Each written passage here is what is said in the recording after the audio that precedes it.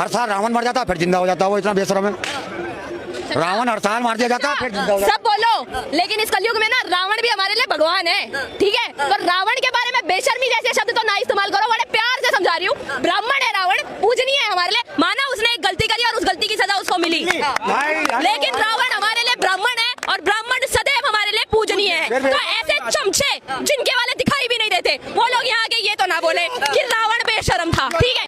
दीदी मतलब आप ये कहना चाहती हूँ कि ब्राह्मण हो और अगर उसने गलती की हो तो उसके साथ 10-20 खून माफ हैं, वो पूजनी है। पूजनी का मतलब जानती है दीदी?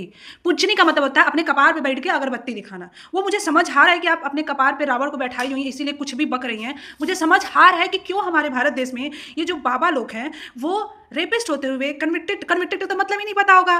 कन्विक्टेड का मतलब होता है कि साबित हुए बाबा लोग को बेल मिल जा रही है, बाहर घूम रहे हैं, और ऐसे बाबा की वजह से क्या क्या घटना करके और ऐसे छुपा हुआ है ना। मुझे समझ आ रहा है कि आप रावण को पूजनी समझ गई हैं।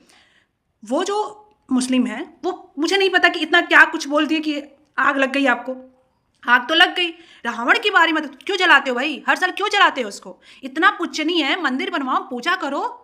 अब मेरी फ्रेंड बोल रही है नहीं रावण ने ना एक ही गलती की थी, एक ही गलती। ओह माय गॉड, सिर्फ एक गलती की थी भाई, एक गलती और राम को गुस्सा आ गया और जाके मार लिया, यही कहते हैं।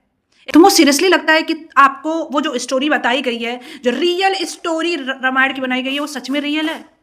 भगवान सीता जी हैं, वो आकर बताई थी कि उनके साथ कैसा बिहेवियर हुआ था, और उस रावण ने कितने पाप किए थे कि राम जी को आकर उसे मारना पड़ा। भाई मैं कैसे लोगों से बात कर रही हूँ। रावण तो कुछ नहीं है, उसके बारे में कुछ नहीं बोलना, ठीक है ना।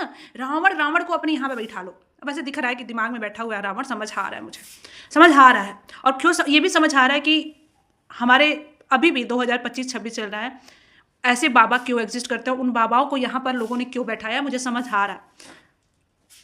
मैं तो बोलूँगी अंधभक्तों, मैं बोलूँगी अपने राक्षस को भी यहीं बैठाओ तुम लोग, जैसे बाबाओं को बैठाए हो।